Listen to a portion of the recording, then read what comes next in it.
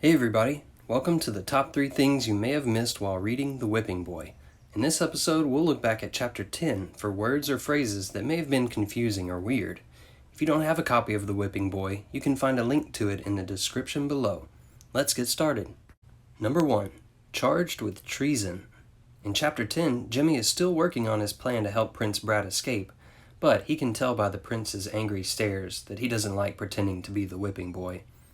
Jimmy thinks to himself, he's fuming like a stovepipe at being unprinced. He'll have me charged with treason. Treason is the act of betraying your government. So to be charged with treason means that the government, in this case the king, will accuse him of betraying or being disloyal to the king's son, Prince Brat. Jimmy knows Prince Brat hates not getting his way, and he also knows that when the prince gets his power back, he will take revenge on Jimmy for treating him like a common whipping boy. Number 2. Whiff of Garlic. Have you ever wondered how Hold-Your-Nose Billy got his strange name? Chapter 9 gave you a big hint. What was it Billy started his breakfast with? A nice big clove of garlic.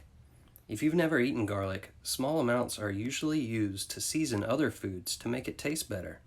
But if you eat garlic by itself, it has a very strong taste and smell. Before it's crushed or broken up to be used as seasoning, garlic comes in a little round bulb. That's what's called a clove. If you eat a whole clove of garlic, your breath will smell so bad that the people around you may want to hold their noses closed so they don't smell it.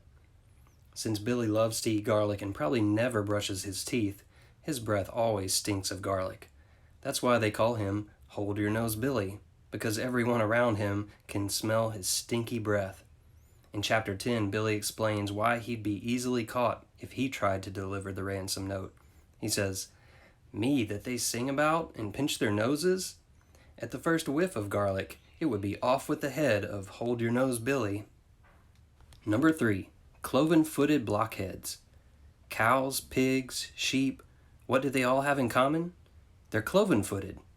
Cloven means split in two. So animals that have hooves that are split in two could be called cloven-footed.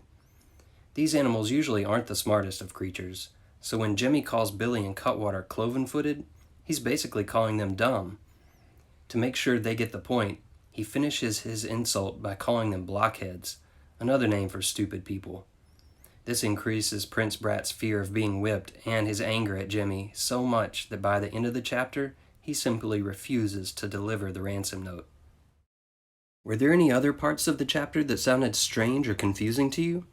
If so, find an adult you know and ask them what they think the story means. Thanks, and see you next time.